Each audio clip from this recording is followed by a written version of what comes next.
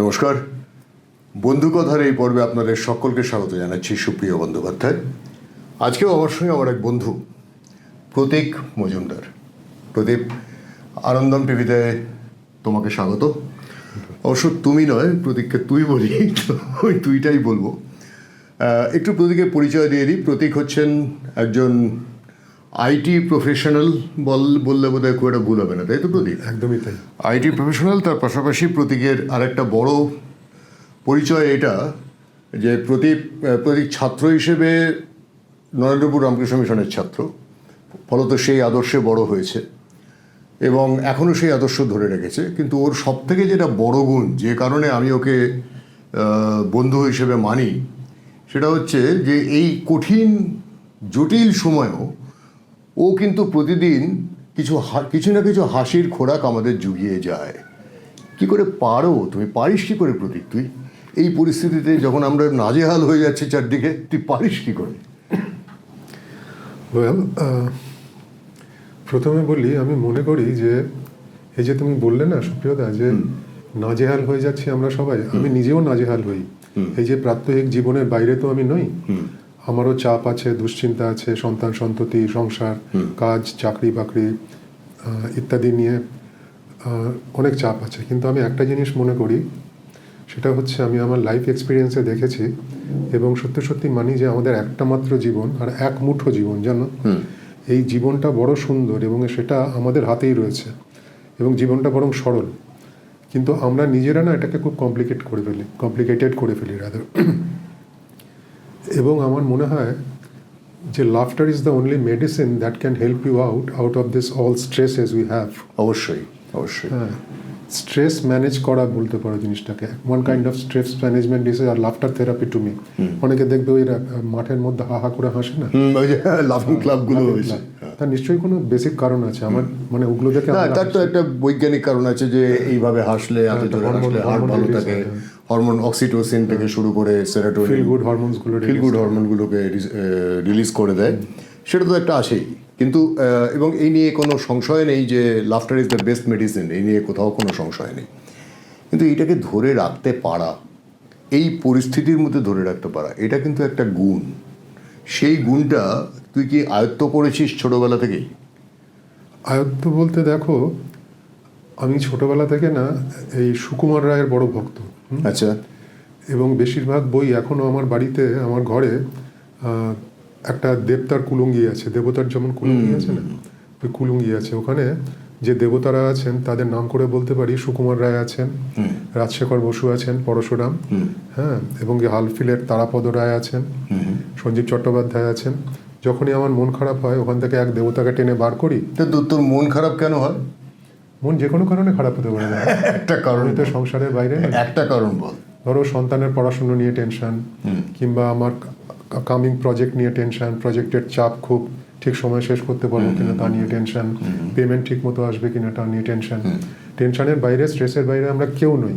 কিন্তু বিষয়টা হচ্ছে যে কীভাবে স্ট্রেসটাকে আমরা ম্যানেজ করতে পারি। Because I love to live, বিশ্বাস করো, আমার বেঁচে থাকতে খুব ভালো লাগে। হ্যাঁ, তার জন্য আমি নানা রকম চেষ্টা চরিত্র করি, নিজেকে খুশি রাখার চেষ্টা করি। এবং শুধু নিজেকেই খুশি রাখিস তা নয়, আমি বলবো যে তুই বহু মানুষের খুশির কারণ হয়ে উঠেছিস।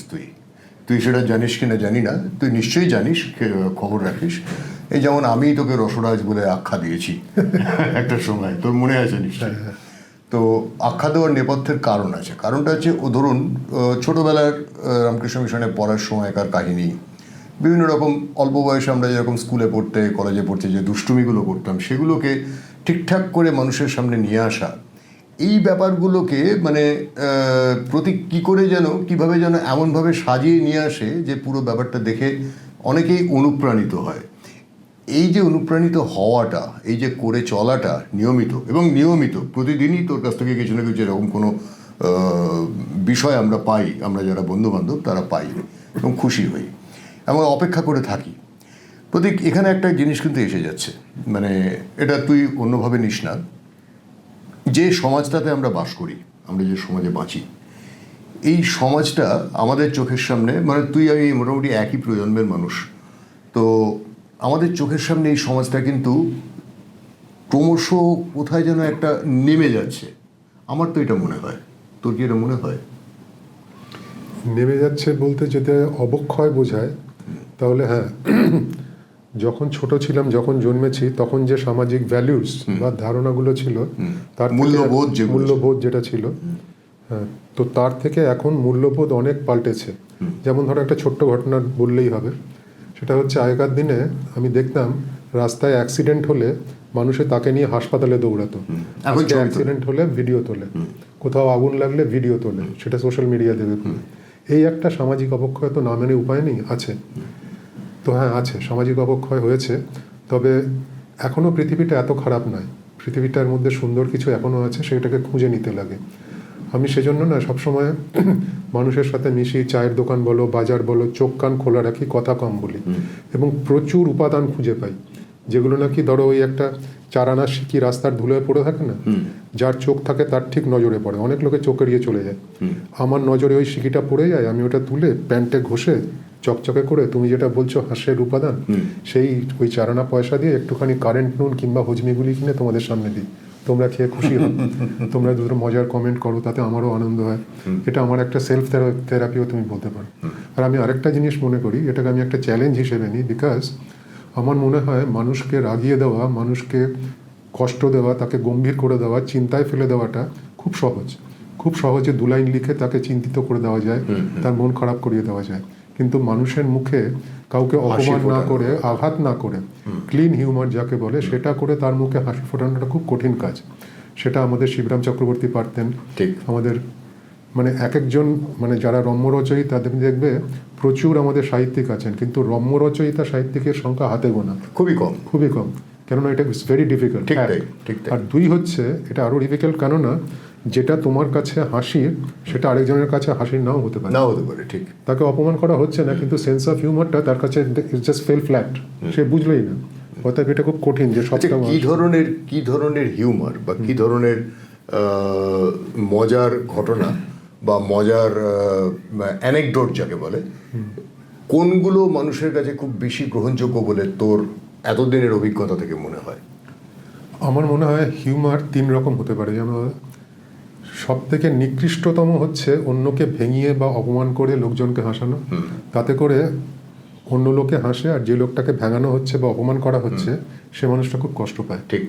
আরেকটা হচ্ছে কাউকে অপমান না করে তুমি এমনি এমনি এমন কিছু একটা বললে, স্যাটায়ার করলে, ব্যঙ্গ করলে সমাজকে নিয়ে, কিংবা 10 জন লোককে নিয়ে, কিংবা কোনো একটা বিশাল কিছুকে নিয়ে, কোনো ঘটনা নিয়ে, তাতে কেউ ব্যক্তি মানুষ আঘাত পেল না, সবাই হাসলো, সেটা হচ্ছে সেকেন্ড গ্রেড হিউমার। আর টপ গ্রেডেড হিউমার হচ্ছে যেটা করতে ধক লাগে, আমার মনে হয় সেটা হচ্ছে যেটা আমার গুরুদেব শিবরাম পারতেন, নিজেকে নিয়ে খিল্লি করা, যেটা আমরা খিল্লি করা বলি। এই শব্দটাতে আমার খুব আপত্তি আছে প্রদীপ। হ্যাঁ, ওয়েল, এটা এই শব্দটা ইদানিং মানে আমি কয়েক বছর ধরে দেখছি যে খিল্লি করা বলে এটা। আচ্ছা, বেশ, মানেটা কি? খিল্লি কথাটা খিল্লি কথাটার মানেটা কি? খিল্লি মানে পানের খিলি, তাই কি? না, খিল্লি হচ্ছে কথাটা হিন্দি থেকে এসেছে, খিল্লি জানি, খিল্লি উড়ানো, সেখান থেকে কথাটা। খিল্লি কথাটার মানেটা কি? এবার কি তুমি আমাকে শেখবে? না, আমি জানতে চাইছি, আমি আগ্রহী, আমি কাউকে পাইনি যে আমাকে উত্তর দিতে পেরেছে। ও খিল্লি কথাটার মানে যেটা বোঝায় সেটা হচ্ছে তামাশা, তামাশা করা, ঠাট্টা করা। তবে তামাশা শব্দটা থাকতে আমি খিল্লি বলবো কেন? বলবো না, বেশ তো বলবো না, আমিও আগেও বলতাম না। এই ফেসবুকে এই যেমন এখন বাঙালি কথা বলতে বলতে বলে যে আমি ওখানে যাইনি, কেন কি একটা কথা এরকম বাঙালি বলে আজকাল, মানে নতুন প্রজন্মের ছেলে মেয়েদের তো প্রায়ই দেখি বলতে। তারপরে এই শব্দটাই যে খিল্লি করা, এইগুলো, এই কেন কিটা এসেছে তো কিউকি থেকে, হিন্দির কিউকি থেকে কেন কি এসেছে। তাহলে হিন্দির খিল্লি শব্দটা বাংলায় তামাশা শব্দটাকে উড়িয়ে দিল, আমোদ শব্দটাকে উড়িয়ে দিল, সব কিছু সমস্ত রকম মানে ঠাট্টা ঠিসারা এতগুলো শব্দ ছিল, সব উড়ে গেল। না, উড়ে যায়নি, উড়ে গেছে বলছো। তামাশা শব্দটা কতজন ব্যবহার করে আজকাল? এই তো আমি তো তোমাকে তামাশা শব্দটা জুগিয়ে দিই। এখন তুই বোঝাতে গিয়ে বললি। হ্যাঁ, বললাম তো, তার মানে উড়ে যায়নি, আছে। কিন্তু হয়েছে কি, এখন রেগুলার ফেসবুকে ওই যে বললে না, প্রায় রোজই আমি লিখি, ফেসবুকে এই খিল্লি শব্দটা এত ব্যবহৃত হয়, it has got imbibed in me, সেই জন্য মুখ দিয়ে খিল্লি কথাটা বেরিয়ে গেছে। আমি মাফ চাইছি এই জন্য দর্শকদের কাছে। এবং মাফ চাইতে হবে না, আমি এটা দর্শকদের কাছেও আমার প্রশ্ন যে, এবং উত্তরটা তো তুই বলেই দিলি যে খিল্লি মানে তামাশা শব্দটা। তো তাহলে এরপর থেকে আমরা চেষ্টা করবো যে খিল্লির পরিবর্তে তামাশা শব্দটা ব্যবহার করতে। ভারী সুন্দর শব্দ, কিন্তু পুরনো শব্দ, আমাদের পরিচিত শব্দ। আমার কাছে খুব খটকা লাগে কিছু কিছু বিষয়। এটা তো একটা গেল। পাশাপাশি আরেকটা ব্যাপার আমার খুব অবাক লাগে আজকাল, সেটা হচ্ছে যে মানুষ মানুষের সঙ্গে যখন ব্যবহার করে তখন ব্যবহারের মধ্যে একজন মানুষ আর একজন মানুষকে অসম্মানটাই বেশি করে, সম্মান দিতে বোধহয় ভুলে গেছে। আমাদের ছোটবেলায় আমি যে প্রাইমারি স্কুলে পড়তাম, সরকারি স্কুল, সেখানে আমাদের মানে স্যার বলার রীতি ছিল না। অমুক বাবু বা অমুক দাদা বলে আমরা ডাকতাম। যে আমাদের অঙ্কের মাস্টারমশাই ছিলেন বিজয়বাবু, তো আমরা ছোটবেলা থেকে তাকে বিজয়বাবু বলে জানি। মানে স্যার শব্দটা বলাটাই আমাদের নিষেধ ছিল, আমরা বলতামই না, কোনোদিন বলিনি, বলতো আমি আজও বলতে পারি না। তো তখন কি যে মাস্টারমশাইদের ধর রাস্তাঘাটে দেখা হয়ে গেল, চোখে পড়লো, সঙ্গে সঙ্গে যদি তখন অনেকটা বয়স হয়ে গেছে, সিগারেট লোকানো, হ্যাঁ, তাকে দেখে পায়ে হাত দিয়ে একটা প্রণাম করা, এইগুলো প্রত্যেকটা আমাদের অভ্যাসের মধ্যে চলে এসেছিল। ইদানিং বোধহয় সেই সবগুলো একেবারে উধাও হয়ে গেছে। প্রতীক, তুই কি লক্ষ্য করিস এগুলো তোর চোখে পড়ে? অবশ্যই চোখে পড়ে। পরে ওই কি কিরকম? এই যে যেমন তুমি বললে না যে আমি তো নরেন্দ্রপুরের ছাত্র, আমাদেরও স্যার বলার রেওয়াজ ছিল না। আমাদের ওখানে একটা আশ্রমিক পরিবেশে তো আমরা সবাই থাকতাম। সে 60 বছরের হোক বা সে 12 বছরের হোক, আমি যদি 11 বছরের হই তাহলে 12 বছরের আমার দাদা, 60 বছরের সন্ন্যাসী মহারাজটিও আমার দাদা। তাকে তুমি বলতে হবে, মহারাজদের আপনি বলতে হবে, তারা আমাদের তুই বলবে। মানে ইটস আ ব্রাদারহুড, সেটা এখনো রয়েছে। যে কারণে আমি তোকে তুই বলেছি বলে আমি অনেকবার ক্ষমা চেয়ে নিয়েছি। কিন্তু হ্যাঁ, অবশ্যই চেয়েছি, কোনো প্রয়োজন ছিল না। হ্যাঁ, এটা একটু বলতো কেন প্রয়োজন ছিল না? প্রয়োজন ছিল না এই কারণে, কেননা আমি মনে করি, তবে অবশ্য এই নিয়ে একটা খুব মজার ঘটনা আছে, আমি এক্ষুনি বলছি, সে যদি অনুমতি করো। নিশ্চয়ই। মানে এই করে একবার মানে সলিড মানে মানে এতে মানে কেস খাওয়া যাকে বলে আর কি, খেয়েছিলাম। এটা আবার একটা মানে বাংলা শব্দ ব্যবহার করলাম না, কিন্তু কেস খাওয়াই খেয়েছিলাম। আমার যেহেতু অভ্যেস যে আমার থেকে বয়সে ছোট হলে মিশনের অভ্যেস, তাকে তুমি বলতেই পারি, তাকে তুমি কিংবা তুই বলবো, কিংবা সে আমাকে দাদা কিংবা তুমি বলবে, কেমন। কিন্তু সেটা আমি বাইরে এসে দেখলাম যে বাইরে সেই জিনিসটা ফলো করা হয় না। মানে বাইরের স্কুলগুলোতে 1 ক্লাস 2 ক্লাস সিনিয়র ছেলেকেও তুই করে নাম ধরে কথা বলা হয়, সেটা দ্যাটস ন্যাচারাল। তো যাই হোক, এইবার যেটা মজা ঘটলো, যেটা কেস খাওয়ার ঘটনাটা, সেটা বলি। ফেসবুকে একটা গ্রুপ আছে, সেখানে আমি জয়েন করেছিলাম। সেখানে মাঝে মাঝেই আমি পোস্ট দিতাম, লোকজন খুব পছন্দ করতেন, হ্যাঁ, প্রচুর লাইক কমেন্ট পড়তো। তো একটি অল্প বয়সী ছেলে সেখানে কি একটা কমেন্ট করেছে, প্রশংসা করেই করেছে। তো তার উত্তরে আমি তাকে তুমি সম্বোধন করে লিখেছি যে তোমাকে ধন্যবাদ, এভাবে এরকম কিছুটা লিখেছিলাম। তার প্রত্যুত্তরে সেই ছেলেটি লিখেছে, কেননা আমি প্রথমে তার প্রোফাইলে গেছি, গিয়ে তার বয়স দেখেছি অল্প বয়সী ছেলে, আমার থেকে অনেক ছোট। সে আমায় লিখেছে, প্রথম পরিচয়ে আমাকে তুমি বললেন কি কি কি কি কারণে, কি অধিকারে? আইটি সেক্টরে কাজ করেন না, অনেক টাকার গরম, নাকি মানুষকে মানুষ বলে মনে করেন না? বাবা, হ্যাঁ, সত্যি তাই, মানে বলেছিল আমাকে। তো আমি সেখানে হাত জোর করে ক্ষমা ছেড়ে গ্রুপ থেকে মানে কেটে উঠেছিলাম যে এখানে থাকা নেই আর। হ্যাঁ, মানে এই যে মানবিক সম্পর্কের জায়গাটা, দেখ, অন্য অনেক দিকে অনেক রকম অবক্ষয় হচ্ছে, এই হচ্ছে তাই হচ্ছে, আমি সেসব দিকে যাচ্ছি না। আমি শুধুমাত্র মানুষের সঙ্গে কীরকম ব্যবহার করবে, কীরকম আচরণ করবে, তার কতগুলো খুব পুরনো কতগুলো কোড অফ কন্ডাক্ট আছে, অলিখিত কোড অফ কন্ডাক্ট আছে। সে অলিখিত কোড অফ কন্ডাক্ট মেনে চলতে গেলে, এই যে আমি তোকে তুই বলছি, তুই তাতে কিছু রাগ করছিস না, বা তুই আমাকে তুমি বলে দাদা বলে কথা বলছিস, আমাদের এমন কিছু বিরাট কিছু বয়সের ডিফারেন্স নয়, কিন্তু পার্থক্য নয়, কিন্তু এটা হচ্ছে পারস্পরিক শ্রদ্ধা বা পারস্পরিক সম্মানের জায়গা। যে তোকে আমি সম্মান দেখিয়ে কথা বলবো, বা তুই আমাকে সম্মান, এবং একটা বোঝাপড়ারও জায়গা। এই সম্মান দেখানোটা, এবং বিশেষ করে অন্যদের সামনে, যে ঘটনাটার কথা প্রতীক এক্ষুনি বললো আপনাদেরকে, যে একটা কোনো গ্রুপে গেছে, সেখানে একজন একটু অল্প বয়সী ছেলে তাকে তুমি বলেছে, মস্ত বড় অপরাধ হয়ে গেছে। অর্থাৎ এরা প্রত্যাশা করে যে আমাকে সবাই সম্মান করবে, কিন্তু প্রত্যুত্তরে আমি কাউকে সম্মান করব না। এটাই কি এখনকার সামাজিক একটা অভ্যাস নয় প্রতীক? অনেকখানি তাই। সবাই এরকম না হলেও বেশিরভাগই তাই দেখি। ধরো আমাদের সময় আমরা জানতাম যে আমাদের থেকে একটু বড় হলেই আমরা সিগারেট লুকিয়ে ফেলতাম, হাতের পেছনে নিয়ে ফেলতাম, এবং তারা দেখে বলতেন ঠিক আছে বড় হয়ে গেছিস, খা খা, তাও খেতাম না। ঠিক তাই। এখনো আমার পাড়ার একটা ছেলে আছে, আমি নাম বলবো না, আমি তাকে বললেও সে যেহেতু আমাকে ছোটবেলা থেকে কাকা বলে ডাকে, সে কিছুতেই আমার সিগারেট খাই না সিগারেট। ও অন্যরা খাচ্ছে, আমার থেকে হাঁটুর বয়সী ছেলে সব চায়ের দোকানে বসে সকালবেলা, অন্যদের সিগারেট দিলাম, তারা সব নিয়ে টানছে, মুখের ওপর ধোঁয়া চাটছে, আমি কিছু মনে করি না। কিন্তু ওকে, শিবমকে কখনো কখনো নেবা, আজ পর্যন্ত কোনো দিন না, নে খা, না বড় হয়ে গেছিস, চাকরি করছিস, খা না, না।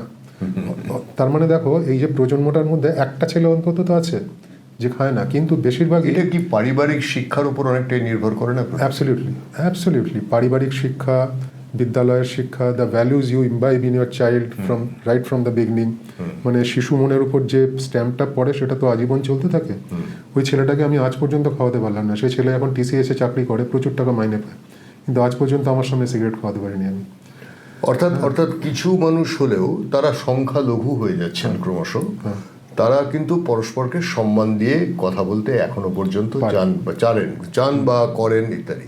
কিন্তু অধিকাংশ মানুষের ক্ষেত্রেই এটা একটু আমি অনুরোধ করব, যে আপনাদের অনুরোধ করব, যে সামাজিক শিক্ষার এই দিকটা যদি আমরা সবাই খেয়াল রাখতাম, তাহলে বোধহয় অনেক গন্ডগোল কমে যেত বোধহয়। অবশ্যই, অবশ্যই কমে অস্বীকার করার জায়গা। শুধু তাই নয়, মানুষের একজন আর একজনকে, যে আমাদের অধিকাংশ লড়াইগুলো তো ইগো নিয়ে হয়, মানে আত্ম অহমিকা নিয়ে লড়াইগুলো হয়। তো প্রত্যেকেই কি চায়, মানে আমিও এই বয়সে এসে পৌঁছে যেটা মনে করি, আমার মনে হয় প্রতীক তুইও সহমত হবি, কি চায় যে আরেকজন তার সঙ্গে, আমার সঙ্গে যখন ব্যবহার করছে, সে একটু আমার সঙ্গে ঠিকঠাক করে সম্ভ্রম দিয়ে ব্যবহারটা করবে। সে আমার থেকে ছোট হলে করবে, বড় হলেও করবে, আমিও তাকে ঠিক সমপরিমাণ সম্ভ্রম দিয়ে তার সঙ্গে ব্যবহার করবো। সে অল্প চেনা হোক, আধা চেনা হোক, বেশি চেনা হোক, যাই হোক না কেন, কারোরই আমাদের অধিকার নেই আরেকজন মানুষকে অসম্মান করার। এটা একটা খুব ছোট, মানে ছোট কথায় আমাদের হরি মহারাজ আমাদের বলেছিলেন, জানো? হরি মহারাজ, হরিদা ছিলেন আমাদের স্কুলের, মানে নরেন্দ্রপুর রামকৃষ্ণ মিশন স্কুলের হেডমাস্টার। আচ্ছা। উনি একবার বলেছিলেন, আমার মনে আছে, যে ব্যাপারটা খুব সহজ, জানো তো? এই যে মানুষের সাথে ব্যবহারটা কি করবে, শুধু মনে রাখবে যে ব্যবহার তুমি উল্টো দিকের মানুষটার কাছ থেকে চাও না, সেই ব্যবহারটা তুমি উল্টো দিকের মানুষের প্রতি করো না, তাহলেই দেখবে বিষয় অনেক শান্ত, অনেক সরল থাকবে। তুমি যদি চাও যে না, ও আমাকে এই জিনিসটা বলুক, আমি চাই না, কিন্তু আমি এটার উপর করতেই পারি, তার মানে দাঁড়াচ্ছে তুমি আত্মম্ভরী হয়ে গেছো, তুমি অহংকারী হয়ে গেছো, এবং তুমি মনে করছো যে ও যেটা করতে পারে না সে আমার প্রতি, আমি সেটা করতেই পারি। That is. এবং কেউ যদি সেটাতে জবাব না দেয়, মানে ধর আমি একজনের সঙ্গে এরকম আচরণ করলাম, কোনো কারণ ছাড়াই তাকে খারাপ ব্যবহার করলাম, কোনো কারণ নেই, আমি করে দিলাম খারাপ ব্যবহার, এবং সেটা করার পরে সে কিছু বললো না, আমি তখন কিন্তু আরো সাহস পেয়ে যাবো দ্বিতীয়বার করার, তৃতীয়বার করার। তাহলে কেউ ধরা যাক এরকম হতো, আমার সঙ্গে কেউ যদি খারাপ ব্যবহার করে, আমি উদাহরণ হিসেবে বলছি, আমি চট করে কি করি, আমি নিজেকে ঠান্ডা করে নিই, এবং ঠান্ডা করে আমি কি করি, যে একটুখানি কিছুক্ষণের জন্য চুপ করে থেকে আমি তাকে কিছুক্ষণের জন্য তার কাছ থেকে সংস্রবটা ত্যাগ করি।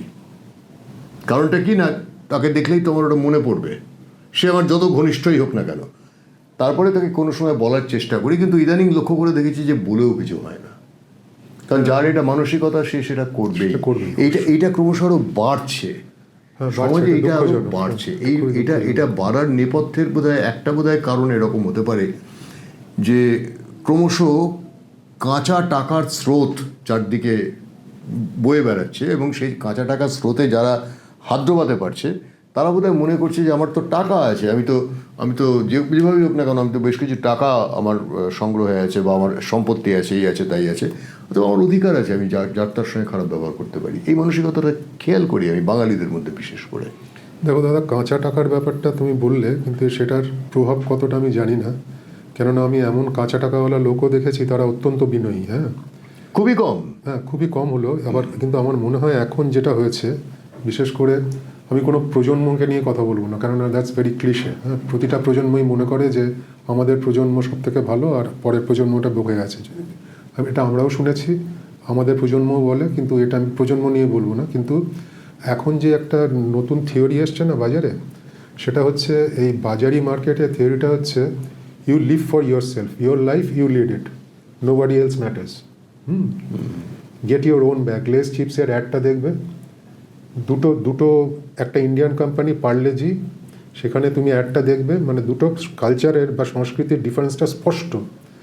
একটা হচ্ছে আমেরিকান কোম্পানি লেস, তার হাতে একটা বাচ্চা ছেলে এত বড় একটা চিপসের ব্যাগ নিয়ে বসে আছে ট্রেনের মধ্যে, আর একটা বাচ্চা এসে এরকম করে মুখ বাড়িয়েছে, সে তার নিজের কোলে ব্যাগটা নিজেরটা টেনে নিয়ে বললো, গেট ইউর ওন ব্যাগ।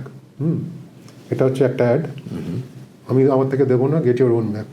আর অন্যটা পার্লেজিতে যেটা আমাদের ইন্ডিয়ান কোম্পানি, সেখানে দেখাচ্ছে একটা ছেলে জুলজুল করে তাকিয়ে আছে আর বাচ্চাটা নিজের পার্লেজির প্যাকেট থেকে 3টে বিস্কুট করে দেখি হাত দিয়ে বাড়িয়ে বললো লো তুমি খাও, আর ওই বাচ্চাটা নিয়ে খুব খুশি হয়ে খেলো।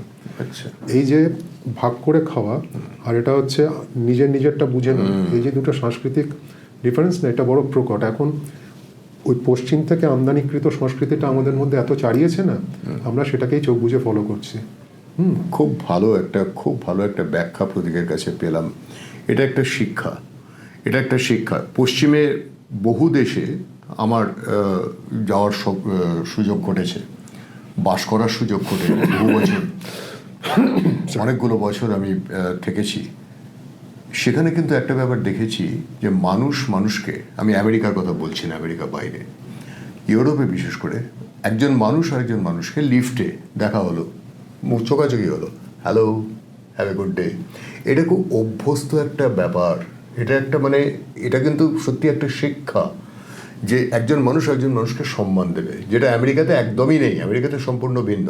এবং প্রতীকের কথা খুব সত্য যে আমরা ওইখান থেকেই নিচ্ছি, যেটা খারাপ সেটাকেই আমরা অবটেইন করার চেষ্টা করছি, যেটা ভালো সেদিকে কিন্তু আমরা ধরো সত্যি কথা বলি, আমি বহু বছর ধরে আমেরিকানদের সাথে কাজ করি, তো আমি সফটওয়্যার লিখি, যেহেতু আউটসোর্স প্রজেক্টসগুলো করি, এদের সাথে প্রায় এই যাত্রার সাথে আমেরিকানদের সাথে আমি 30 বছর যাবৎ কাজ করছি। আমি ওখানে ছিলামও বেশ কিছুদিন অনসাইট প্রজেক্টে। আমরা না ওদের ভালো জিনিসগুলো, ওদের নিয়মানুবর্তিতা, সময়ানুবর্তিতা, কাজের প্রতি আনুগত্য, এগুলো আমরা নিইনি। না, আমরা ওদের কাছ থেকে কি নিয়েছি, ওই কথায় গালিগালাজ করা নিয়েছি, এফ ওয়ার্ড দিয়ে যে গালিগালাজ করা নিয়েছি। তারপরে ওই ওদের থেকে ওই উইকেন্ডে ফুর্তি করা এগুলো নিয়েছি। হ্যাঁ, উইকেন্ড ব্যাপারটা খুব ভালো শিখেছি, যে উইকেন্ডে কি করতে হয়। কিন্তু ওরা যে সোমবার থেকে শুক্রবার বিকেল অবধি ভূতের মতো খাটে না, অন্যদিকে তাকায় না, সেটা কিন্তু আমরা নিইনি। শুক্রবার থেকে সোমবার অবধি, রোববার রাত্রি অবধিও তুমি ওদের পাবে না, ওরা উইকেন্ডে বেরিয়ে যাবে। কিন্তু আমরা ওই উইকেন্ডে পার্টটুকু নিয়েছি, মজাটুকু।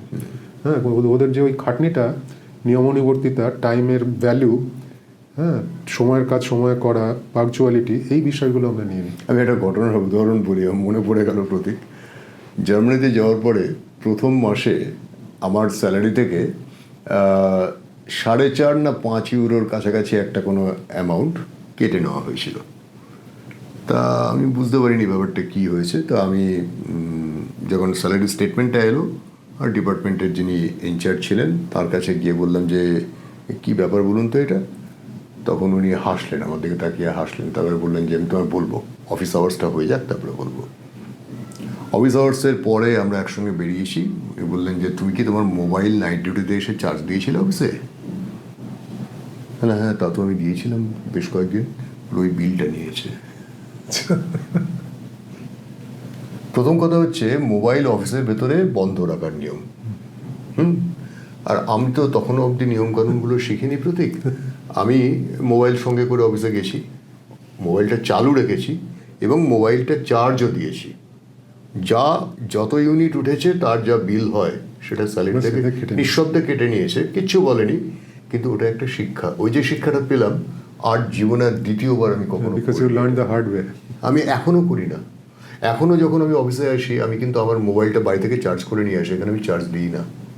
অফিসের অ্যাপারেটাসগুলোকে এখানে অফিসে চার্জ দিই ঠিক, কিন্তু মোবাইল কিন্তু আমি এখানে চার্জ দিই না। ওই শিক্ষাটা আমার হয়ে গেছে। হ্যাঁ, এগুলো ওদের কাছ থেকে সত্যিই শেখানো। এটা গেল একটা। 2 হচ্ছে একজন আরেকজনের সঙ্গে কীরকম ব্যবহার করবে না করবে। আমাদের বাংলাদেশ থেকে একজন কলিগ এসেছিল। সে যখন যায় জার্মানিতে, যখন পৌঁছায় সেই সময়টা বসন্ত চলছে। আর তুই তো জানিস যে শীতের দেশগুলোতে বসন্তের সময় সচরাচর মানুষজন একটু হালকা পোশাক পরতে পছন্দ করে, কারণ ওই বছরে কয়েকটা মাসই তো তারা একটু হালকা, স্প্রিং, যেটা হ্যাঁ স্প্রিং, 4টেই তো ঋতু ওখানে, শীত, বসন্ত, গ্রীষ্ম আর হেমন্ত, ফল। আমাদের যেমন 6টা ঋতু নেই, ওদের 4টে ঋতু। যদিও আমাদের 6টা ঋতু এখন আর বুঝতে পারি না, এখন গরম আর বর্ষা, আর তো কিছু এখন হচ্ছে গরম আর বেশি গরম, হ্যাঁ, এই তো আর কিছু নেই। তো এই যে ওখানে কিন্তু যেমন ফিনল্যান্ডে 3 দিনে বসন্ত আসে, সত্যিই 3 দিনে বসন্ত আসে। আমি গিয়ে দেখে বুঝেছি, সত্যিই 3 দিনে বসন্ত আসে।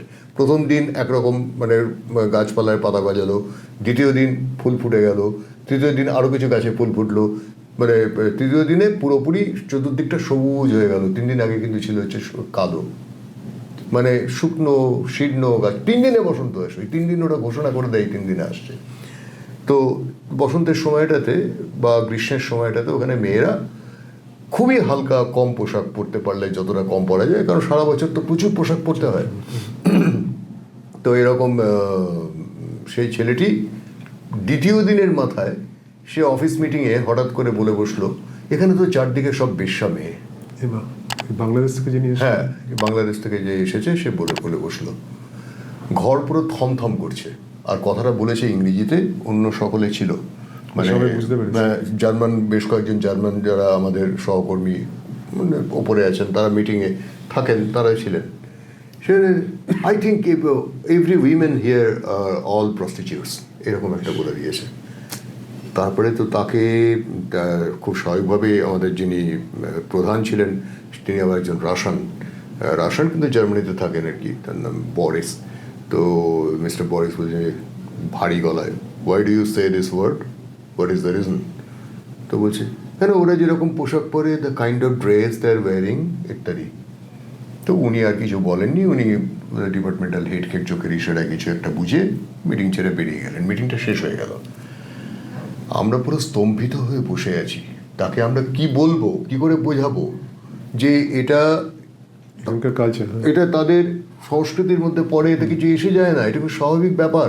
কিন্তু সে এই যে কথাটা বলে বসে থাকলো, একবারও ভাবলো না যে একটা পুরো জাতকে, একটা দেশকে সে অপমান করে ফেললো। এই সেন্সটাই তার ডেভেলপ করেনি, তার মধ্যে এই ব্যাপারটা আসেইনি।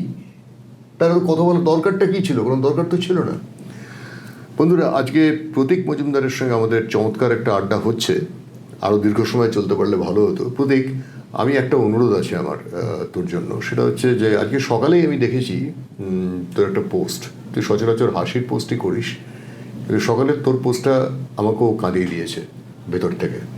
তো যে হাসাতে পারে সে কিন্তু কাঁদাতেও পারে, এবং সে খুব তীব্রভাবে, মানে যাকে বলে মর্ম যন্ত্রণার মতো। ওই ঘটনাটা একটু বল আজকে অনুষ্ঠানের শেষে, সেটা একটু শুনি, সবাই শুনুক। ঘটনা বলতে আমারই এক ক্লাসমেট, কলকাতার একজন বিখ্যাত অর্থোপেডিক সার্জন ছিল, সঞ্জয় বাগচি ওর নাম। আমাদের 92 ব্যাচেরই ছাত্র মিশনের। তো আমরা ওকে, আমাদের ওখানে সবার নিকনেম থাকতো একটা করে। যেমন আমার নিকনেম ছিল মোটা। ছোটবেলায় 70-এর মুখে ছাই দিয়ে আমি বেশ মোটা সোটা গোলগাল ছিলাম, এখন আর নেই। তো তখন আমার নাম মোটা ছিল, আর যেহেতু ওর টাইটেল বাগচি সেহেতু ওর নাম ছিল বাঘু বা বাঘা। ওকে সচরাচর বাগচি, বাঘু বা বাঘা বলে ডাকা হতো। তো যাই হোক, খুব পরোপকারী, সদা হাস্যময় একটি ছেলে, আর অত্যন্ত নিপুণ একজন ডাক্তার। ঢাকুরিয়া আমৃতে ও সার্জন ছিল। কত বন্ধুকে যে বিনা পয়সায় সাহায্য করেছে তার কোনো লেখাজোখা নেই, মানে ও আমাদের বড় ভরসার একটা জায়গা ছিল। তো এই সঞ্জয় কিছুদিন আগে ওই বাড়ি ফেরার সময় মানে আমৃতে সার্জারি সেরে বাড়ি ফিরছিল, টালিগঞ্জে থাকতো। মাঝপথে বুকে একটু সমস্যা ফিল করে, এবং যেহেতু ডাক্তার মানুষ, ও নিশ্চয়ই আন্দাজ করেছিল যে কিছু একটা সমস্যা হচ্ছে সিরিয়াসলি। সো সেই জন্য ড্রাইভারকে বলেছিল গাড়ি ঘুরিয়ে নিয়ে আমৃতে চলো। তো আমৃতে নিয়ে যাওয়ার পর যখন বাড়িতে খবর পেয়েছে ওর স্ত্রী সুজাতা এবং আমার বন্ধুবান্ধবরা যখন খবর পেয়েছে, যারা কাছাকাছি থাকে, দৌড়ে যেতে যেতে মিনিট 5-এর বেশি সময় দেয়নি, মিনিট 5-এর মধ্যে মানে সিভিয়ার কার্ডিয়াক অ্যারেস্টে বাগচি চলে যায় সঞ্জয়। তো তারপর শ্রাদ্ধ শান্তি শেষ হওয়ার পরে আমরা বন্ধুরা ঠিক করি যে আমরা একটা ওর জন্য স্মরণ সভা করব। স্মরণ সভাটা ঠিক শোক সভা নয়, কেননা আমরা ওর লাইফটাকে উদযাপন করবো। একটা অত হাস্যমুখ ছেলে, সবার বিপদে এগিয়ে আসতো, সমস্ত দায়িত্ব নিতে এগিয়ে আসতো। সুতরাং আমার এক বন্ধু আছে সুপ্রতিম, তার সৌজন্যে বেঙ্গল ক্লাবে একটা হল পাওয়া গেল। সেখানে একটা কালচারাল প্রোগ্রাম, আমাদের কিছু অত্যন্ত ভালো গাইয়ে বাজিয়ে বন্ধু টন্ধু আছে, কল্লোল আছে, কুণাল আছে, মৈনাক আছে, তারা কিছু গান টান গাইল। এবং তারপর আমাদের অ্যাঙ্কার ছিল অরুণাভ ভট্টাচার্য। সে জনে জনে যারা বাগচির খুব, মানে বাঘুর খুব ঘনিষ্ঠ বন্ধু ছিল, ইভেন ওর ডাক্তারি যখন পড়ছে তখনও সিএমসিতে, তাদেরকে এক এক করে ডেকে, কেননা স্কুল জীবনে বাগচির সাথে তো আমরা কাটিয়েছি, হস্টেলে থাকতাম, তো বাগচির সম্বন্ধে অজানা কথা কিছু বলার জন্য সবাইকে এক এক করে ডাকছিল। তো আমরা বসে শুনছিলাম। তো সবাই নিজের মতো করে বলছে, মানে সিএমসির হস্টেলে ও কী করতো এই করতো ওই করতো, রাত্রিবেলা কথা বলতো, স্লিপ অ্যাপনিয়া ছিল বোধহয়, হাঁটতো, হ্যাঁ, ইত্যাদি ইত্যাদি করতো, মোটামুটি একই রকম কথা। তো আমাদের এক ডাক্তার বন্ধু আছেন, is a dental surgeon, very famous, Ashis Taru Saha. ওর নিকনেম হচ্ছে গাছ, ওই তরু থেকে গাছ। এবং ছেলেটা অত্যন্ত স্ট্রেট ফরওয়ার্ড, প্রচণ্ড মুখ কাটা এবং সোজা কথা, সোজা ভাষায় বলে, কোনো রকম এর ধার ধারে না। সে উঠলো স্টেজে, উঠে, এবং ও হচ্ছে সঞ্জয়ের ঘনিষ্ঠতম বন্ধু ছিল।